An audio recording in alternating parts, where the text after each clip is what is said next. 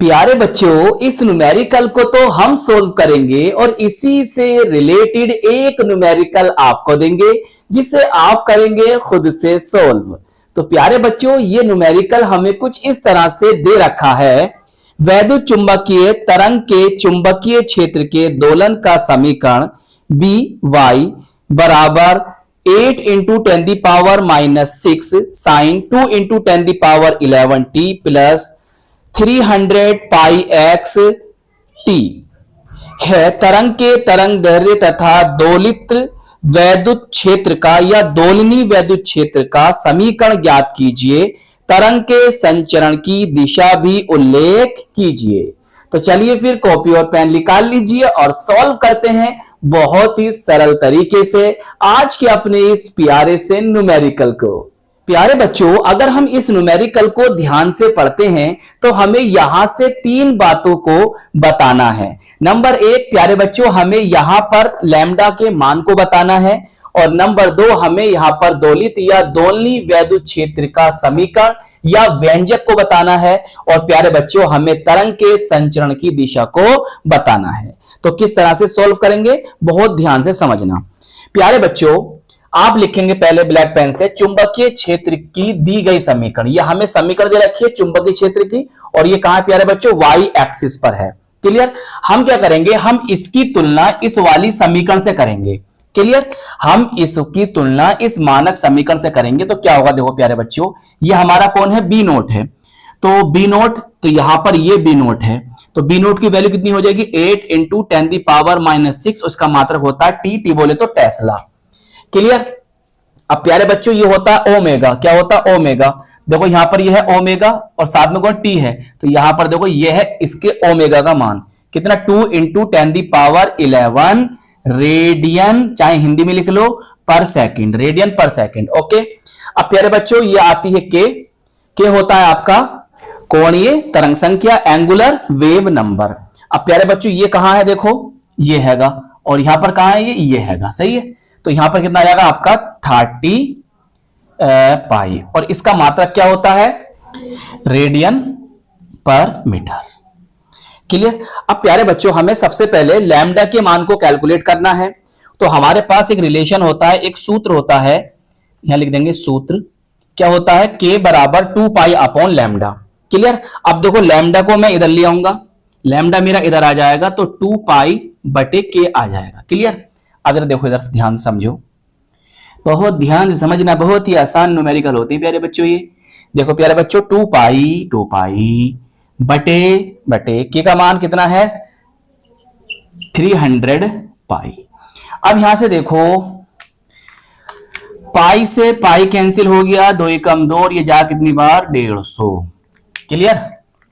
तो लैम्डा का वैल्यू आ गई 1/150। इसे भाग करोगे, डिवाइड करोगे तो कितना आ जाएगा, ये बनेगा आपका 0.00666 कुछ आएगा तो हम लिख देंगे इसे 67। क्लियर। मात्रक काय में आता, मीटर में आता। ये होगी लैम्डा की वैल्यू।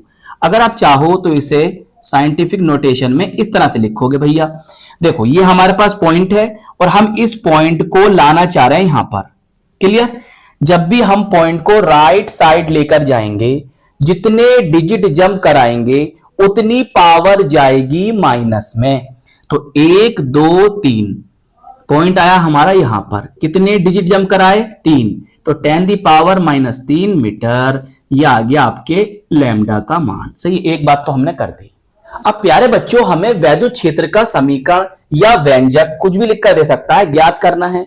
तो फिर हमारे पास यहां पर होनी चाहिए ई नोट की वैल्यू और न्यूमेरिकल में हमें ई नोट की वैल्यू वैद्युत क्षेत्र का आयाम या वैद्युत क्षेत्र का शिखर मान या अधिकतम मान हमें नहीं दे रखा है। तो फिर हम कैसे कैलकुलेट करेंगे, हमारे पास प्यारे बच्चों एक सूत्र होता है, ब्लैक पेन से लिखना, एक सूत्र होता है, क्या होता है, सी बराबर ई नोट, ये प्रकाश का चाल है और ये वैद्युत क्षेत्र का आयाम है और ये चुंबकीय क्षेत्र का आयाम है। सही है। ये वैद्युत क्षेत्र और चुंबकीय क्षेत्र का अधिकतम मान है, ये होता है। प्यारे बच्चों, बी नोट तो हमें पता है, जी सर हमें पता है, और प्रकाश का चाल तो हम जानते हैं कितना होता है भाई, प्रकाश चाल तो हम जानते हैं। तो ऐसा करें, नीचे नीचे कर दें या इधर कर दें, चलो इधर कर रहा हूं साइड में। तो यहां से प्यारे बच्चों बनेगा देखो ई नोट, ये इसकी गुणा में आ जाएगा बराबर सी बी नोट। अब मान रखो जरा इसके अंदर, भाई सी का मान, प्रकाश की चाल कितनी होती है सर 3 इंटू 10⁸ होती है, और बी नोट हमें दे रखा कितना 8 इंटू 10⁻⁻6। सही, तुम नीचे नीचे करना, मेरे पास जगह कम है तो इसलिए मैं कर रहा हूं ऐसे। अब मेरे प्यारे बच्चों देखो भाई 8 दिया कितना होता है 24, सही है 24 हो गया। अब देखो यहां 10⁸8 है प्लस के, वहां 10⁻⁻6 है, तो कितना बचेगा 10⁻2 बचेगा। भाई इसको मैं ऐसे नहीं लिख सकता, 2400 नहीं लिख सकता इसको, बोलो 2 0 ऐसे लगा सकता हूं, सही है। अब बताओ वैद्युत क्षेत्र है ये, इसका मात्रक क्या होगा वोल्ट पर मीटर, सही है, वोल्ट पर मीटर या न्यूटन पर कूलम्ब भी लिखा मिल सकता है, तो कंफ्यूज नहीं होना। अब देखो प्यारे बच्चों, भाई वैद्युत क्षेत्र की समीकरण और चुंबकीय क्षेत्र की समीकरण में अगर हम देखें ना, तो हमारी एक तो एक्सिस में अंतर आएगा। देखो अगर ये हमारी कहां है वाई एक्सिस पर है, चुंबकीय क्षेत्र वाला, चुंबकीय क्षेत्र कहां वाई एक्सिस पर है, तो हमारा वैद्युत क्षेत्र कहां होगा जेड एक्सिस पर होगा, क्योंकि ये दोनों कैसे होते हैं आपस में लंबवत होते हैं एक दूसरे के। तो इसलिए देखो यहां पर हमने लिखा है ई जेड, सही, ई जेड आ गया। अब ई नोट का मान आपके पास कितना आ गया 2400 आ गया, सही है साइन। अब देखो ये जो मान होता है ना ये एज इट इज रहता है, ये चेंज नहीं होता है इनका, बाकी बिल्कुल ये ऐसी आप लिख दीजिए, नो टेंशन, ऑथेंटिक है बेटा, टेंशन नहीं लेना, ऐसे लिख दो इसको, प्लस 300 पाई एक्स। अब देखो इसका मात्रक हमने यहां पे क्या चलाया है वोल्ट पर मीटर या न्यूटन पर कूलम्ब भी लिखा मिल सकता है, सही है। लीजिए तो आपकी दो बातें हो गई। अब तीसरी बात क्या है भाई, तीसरी बात यह है तरंग का संचरण की दिशा। तो प्यारे बच्चों अब हमें बताना है तरंग के संचरण की दिशा, सही है, वैद्युत चुंबकीय तरंगों के संचरण की दिशा को बताना है। जैसा कि हम जानते हैं, पहले से समझो भाई, एक्स एक्सिस पर आई कैप, वाई पर जे कैप और जेड पर के कैप होता है, सही है। अब देखो हमारा जो चुंबकीय क्षेत्र है वो कहां है वाई एक्सिस पर, वाई एक्सिस पर यहां पर, और फिर हमारा वैद्युत क्षेत्र कहां है प्यारे बच्चों जेड एक्सिस पर यहां पर। ये हमारा वैद्युत क्षेत्र हो गया और ये हमारा चुंबकीय क्षेत्र हो गया, क्लियर।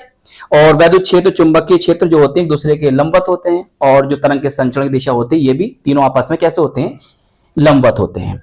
अब प्यारे बच्चों हमें बताना है तरंग के संचरण की दिशा। जैसा कि हम जानते हैं कि वैद्युत चुंबकीय तरंगों के संचरण की दिशा ई वेक्टर वैद्युत क्षेत्र सदिश तथा बी वेक्टर चुंबकीय क्षेत्र सदिश के सदिश गुणनफल की दिशा के समान होती है, ये हम जानते हैं।